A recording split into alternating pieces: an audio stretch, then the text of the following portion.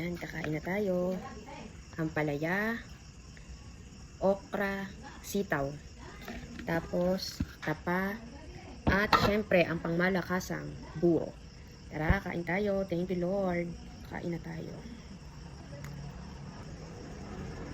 Okra. Ay, may talong pala. Ayun. Nasa ilalim. Yon.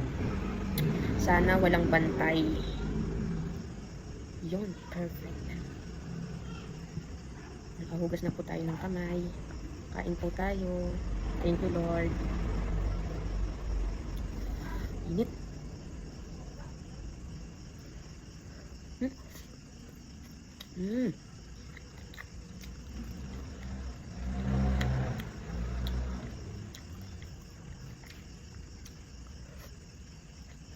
Sarap.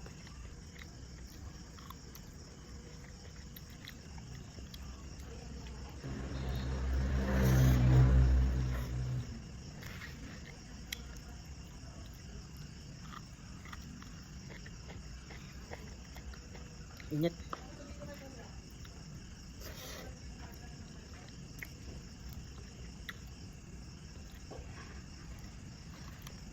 Ay, may ampala nga pala.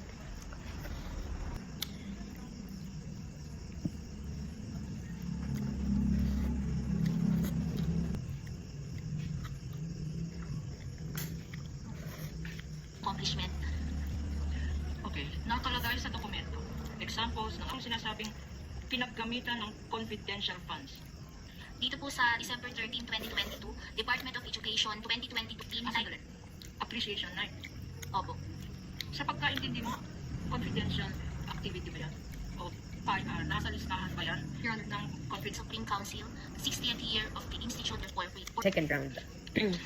May Vice President. Sa Joint Circular Ang confidential fund po, ito po yung lump sum amount na nasa general Tree Planting, Chris, napakadaming Mga binasa po ninyo, yung gastos ay ginawa rin bago na yung cash and check eh. 21 para i-reimburse yun. Kung tama man, yung pinagastos. hindi po pwedeng gamitin for reimbursement yung pondo ng So confidential. prospectively lang. So yung mga activities na pwede lang ay 21 to 31.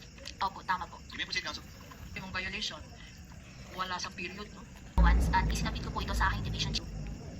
If I will show up some notice of disallowance for purposes of the record, Your Honor, this, would you be able to identify it?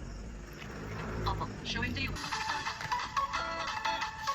Showing to you, Attorney De La Cruz will show it to you. Please go over this document and tell us if, Opo, yun. please look, Counsel, please look at this notice of disallowance. Kanino pong signature ito?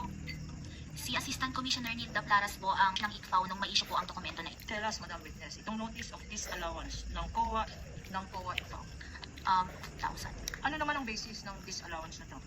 Ang disallowance po na to, binubuo po ito ng first yung Ano ang breakdown or basihan ng iyong notice of disallowance?